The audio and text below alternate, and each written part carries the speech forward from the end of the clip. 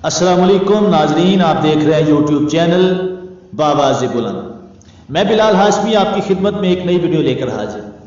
ناظرین، جاوید چودھری صاحب پاکستان کے بہت بڑے اینکر ہیں، بہت بڑے کالم نگار ہیں، صف اول کے اینکر اور کالم نگاروں میں ان کا شمار ہوتا ہے۔ مگر ان پہ یہ ایک الزام بھی ہے جو اکثر پی ٹی آئی والے ان پہ الزام لگاتے ہیں کہ وہ پاکستان مسلم لیگ نون کے بہت بڑے حمایتی ہیں، غیر اعلانیہ حمایتی ہیں۔ انہوں نے اپنے کالم میں اکثر حکومت کے خلاف باتیں لکھی ہوتی ہیں۔ وہ اپنی وہ پی ٹی آئی والوں کے لگائے گئے اس الزام پہ کسی حد تک پورا بھی اترتے ہیں۔ انہوں نے بات اب کی، وہ میں آپ کے سامنے لفظ بائی لفظ بیان کرنے چاہتا ہوں۔ وہ لکھتے ہیں کہ اگر آپ واگا بارڈر سے امرتسر کی طرف جائیں تو 5 کلومیٹر بعد پل کنجری نام کا ایک چھوٹا سا گاؤں آتا ہے۔ یہ پاک بھارت سرحد پر واقع ہے اور یہ مہاراجہ رنجیت سنگھ کی مسلمان بیوی مورا کا گاؤں تھا۔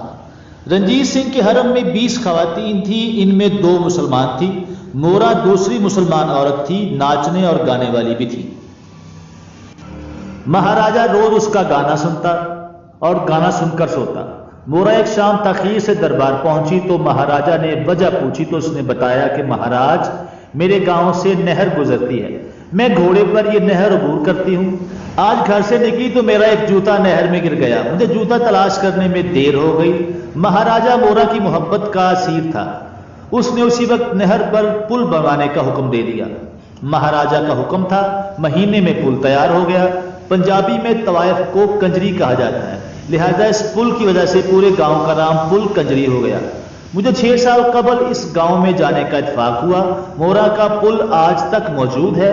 گاؤں میں مہاراجہ کا قلعہ، بارادری، گردوارہ اور چھوٹی سی پرانی ویران مسجد بھی موجود ہے۔ یہ مسجد مورا نے بنوائی تھی اور یہ اسی کے نام سے منسوب ہے۔ مورا بعد ازاں لاہور شفٹ ہو گئی تھی اور اس کا انتقال بھی لاہور میں ہوا تھا۔ لاہور میں بھی اس نے خوبصورت مسجد بنوائی تھی، لیکن یہ مسجدیں اور مورا ہمارا موضوع نہیں۔ ہمارا موضوع پل کنجری گاؤں کا ایک چھوٹا سا واقعہ ہے۔ گاؤں میں مسلمان اور سکھ دونوں امن سے رہتے تھے۔ مورا کا خاندان بھی موجود تھا۔ ان لوگوں کا کام ناچنا گانا ہوتا تھا۔ 1947 عیسوی میں 1947 میں فسادات شروع ہوئے تو سکھ اکثریت نے پل کنجری کے مسلمانوں کو لوٹنا شروع کر دیا۔ طوائفوں کے گھر میں ایک سکھ تبلچی تھا، یہ بچپن سے ان کے پاس اور ان کے گھر میں پل کر جوان ہوا تھا۔ فسادات کے دوران تبلچی کے اندر کا سکھ جا گیا، اس نے طوائف کی گردن پر کرپان رکھی اور اسے حکم دیا، باجی اپنی کان کی بالیاں اتار کر میرے حوالے کر۔ طوائف ڈر گئی اور اس نے کان کی بالیاں اتار دی، اس کے حوالے کر دی۔ تبلچی نے وہ اپنی جیب میں رکھی اور پگڑی کے دامن سے اپنے آنسو صاف کرنے لگا۔ طوائف نے ڈرتے ڈرتے پوچھا، کلدیپ تم رو کیوں رہے؟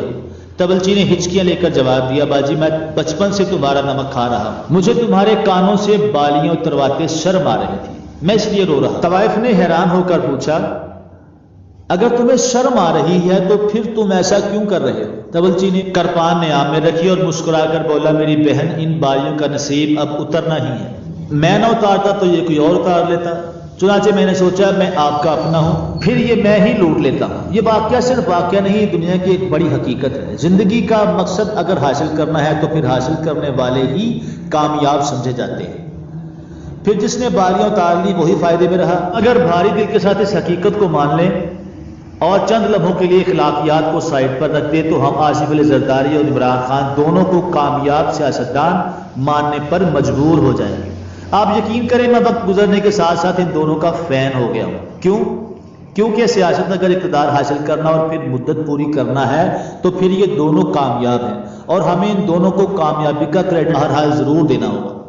محترمہ بینظیر بھٹو سے لے کر جنرل پرویز مشرف تک اور کیانی صاحب سے لے کر پارٹی تک کوئی شخص آصف علی زرداری کو اقتدار میں نہیں دیکھنا چاہتا تھا، لیکن اس کے باوجود بھٹو کی پارٹی کے شریک چیئرمین بھی بنے، میاں نواز شریف کو بھی اپنا اتحادی بنایا، حکومت بھی بنائی، جنرل مشرف صاحب کو بھی نکالا، کاف لیگ اور MQM کو بھی ساتھ بیٹھنے پر مجبور کیا، اور یہ بم دھماکوں، سیاسی کشمکش، justice Iftikhar Muhammad Chaudhry, memo get scandal, Mian Nawaz Sharif کی احتجاجی تحریک، پارٹی کے اندر دھڑے بندی اور مولانا طاہر القادری صاحب کے دھرنے کے باوجود بھی 5 سال پورے کر گئے۔ جنرل کیانی اور جنرل پاشا دونوں ان سے خوش نہیں تھے، لیکن اس کے باوجود جاتے جاتے سندھ میں بھی حکومت بنا گئے اور صوبے کی تمام تر تباہی کے باوجود 12 سال سے سندھ میں ان کی حکومت ہے۔ ان 12 برسوں میں ان پر کیا کیا الزام نہیں لگا، ان کے خلاف کس کس نوعیت کے کیس نہیں بنے اور ان کے کون کون سے ساتھی گرفتار نہیں کیے، مگر یہ اس کے باوجود آج بھی اپنے گھر میں بیٹھے ہیں۔ اس وقت بھی حکومت اور اپوزیشن دونوں ان کی انگلی پر ناچ رہی ہے۔ یہ حکومت کو ہاں کر دے تو جیت اس کی ہوگی، اگر یہ پی ڈی ایم کے مطالبہ پر سندھ اسمبلی توڑ دیں تو یہ اپوزیشن کے ہیرو ہوں گے۔ کیا یہ اچیومنٹ نہیں؟ سیاست اگر اقتدار اور اپنے لیے گنجائش پیدا کرنا ہے تو کیا ہم انہیں کامیاب کہیں گے؟ یا آخر کیوں اپنے انڈے پاکستان مسلم لیگ نون کی ٹوکری میں رکھیں؟ یہ کیوں قربانی دیں اور مریم نواز وزیر اعظم بن جائے؟ یہ ساری صورتحال کا خود کیوں نہ فائدہ اٹھائیں، اور یہ اٹھا رہے ہیں۔ اب عمران خان کی مثال لیجئے، یہ درست ہے عمران خان نے ساری پارٹیوں کے الیکٹیبلز اکٹھے کر کے حکومت بنائی، یہ اسٹیبلشمنٹ کی مدد سے بھی اقتدار میں آئی اور 2018 کے الیکشن میں دھاندلی بھی ہوئی تھی۔ لیکن سوال یہ ہے کہ باقی پارٹیاں الیکٹیبلز نہیں لیتی تھی؟ کیا پاکستان مسلم لیگ نے کاف لیگ کے 100 ارکان نہیں ہتھیائے تھے؟ اور کیا پاکستان پیپلز پارٹی نے 2008 میں اقتدار کے لیے اپنے دونوں ازلی دشمنوں نون لیگ اور کاف لیگ کو اپنا اتحادی نہیں بنایا تھا؟ ان دونوں جماعتوں نے جنرل پرویز مشرف سے حلف تک لے لیا تھا اور یہ دونوں جسٹس افتخار محمد چودھری کو بھی برداشت کرتے رہے تھے۔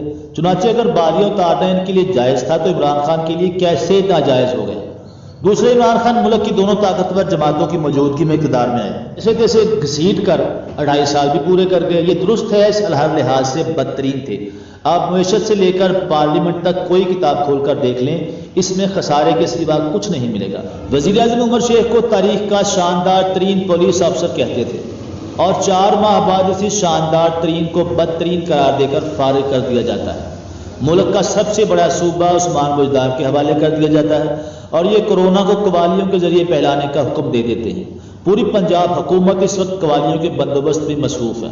غلام سرور خان پاکستانی پائلٹوں کو جعلی قرار دے کر پوری سول ایویشن کا بیڑا غرق کر دیتے ہیں۔ ندیم بابر مہنگی گیس خرید کر ملک میں انرجی کا جنازہ نکال دیتے ہیں اور شاہ محمود قریشی سعودی عرب کو دھمکی دے کر پاک سعودی تعلقات کو بدترین سطح پر لے آتے ہیں۔ لیکن اس کے باوجود عمران خان اب بھی وزیر اعظم ہیں اور اندیشہ ہے یہ 5 سال بھی پورے کر جائیں گے۔ لہٰذا اب عمران خان کی سیاسی کامیابی اور پختگی ملاحظہ کیجیے۔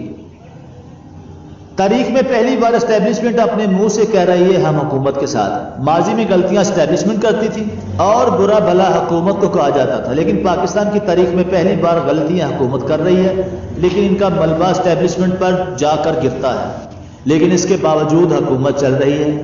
Imran Khan P D M کے ساتھ بھی کھل کر کھیل رہے تھے، اپوزیشن مانے یا نہ مانے، لیکن یہ حقیقت ہے حکومت نے پاکستان پیپلز پارٹی کو تھوڑی سی سیاسی گنجائش دے کر پی ڈی ایم کو مزید کمزور کر دیا ہے اور مولانا اور مریم نواز دونوں اب اکیلے رہ گئے ہیں۔ کیا یہ سیاسی کامیابی نہیں؟ آپ عمران خان کی تازہ ترین کامیابی بھی ملاحظہ کیجیے۔ نون لیگ میں 6 لوگ پرائم منسٹر میٹیریل ہیں۔ میاں نواز شریف نے ان کو آگے بڑھنے کا اشارہ دے دیا تھا اور یہ کسی بھی وقت فیصلہ کن قوتوں کے ساتھ ڈائیلاگ کر کے عمران خان کے لیے خطرہ بن سکتے تھے، لیکن حکومت نے ان سب کو اپنی اپنی گردن بچانے میں مصروف کر دیا۔ میاں شہباز شریف جیل میں ہے، نیب نے شاہد خاقان عباسی کے خلاف ریفرنس دائر کر دیے ہیں، خواجہ آصف نیب کی حراستوں میں ہیں، احسن اقبال بھی نیب عدالتوں میں دھکے کھا رہے ہیں اور اب ایاز صادق اور رانا تنویر بھی ریڈار پر نظر آ رہے ہیں۔ یہ بھی زیادہ دن تک کھلی فضا میں نہیں رہ سکیں گے، تاہم حکومت کو مریم نواز اور ان کا بیانیہ سور کرتا ہے، چنانچہ یہ آزاد بھی ہیں اور ان کی تقریروں پر بھی کوئی پابندی نہیں۔ حکومت اب مولانا فضل الرحمان کو انگیج کر رہی ہے اور یہ اگر انہیں روکنے میں کامیاب ہو گئی تو پھر اسے 5 سال پورے کرنے سے کون روکے گا؟ چنانچہ آپ دل پر ہاتھ رکھ کر جواب دیجیے، اگر بالیوں نے اترنا ہی ہے تو پھر کلدیپ کیوں نہ اتارے؟ سیاست اگر اقتدار تک پہنچنے اور 5 سال حکومت کرنے کا نام ہے تو پھر زرداری صاحب اور عمران خان صاحب یہ موقع کیوں ضائع کریں؟ آپ یقین کریں میں ان دونوں کا فین ہو گیا ہوں۔ یہ دونوں سچے، کھرے اور کامیاب سیاستدان ہیں۔ یہ مکھی اور دودھ دونوں کو اچھی طرح سمجھتے ہیں اور یہ جب چاہتے ہیں یہ مکھی دودھ میں ڈال لیتے ہیں، جب چاہتے ہیں اسے نکال لیتے ہیں۔ واہ واہ کیا بات ہے۔ ناظرین، یہ تھا جاوید چودھری صاحب کا اعتراف کہ وہ عمران خان اور زرداری صاحب کو بہت بڑا سیاستدان مان گئے ہیں۔ ہماری ویڈیو پسند آئی ہے تو ہمارے چینل کو ضرور سبسکرائب کریں۔ ملتے ہیں اگلی ویڈیو کے ساتھ۔ السلام علیکم ورحمۃ اللہ وبرکاتہ۔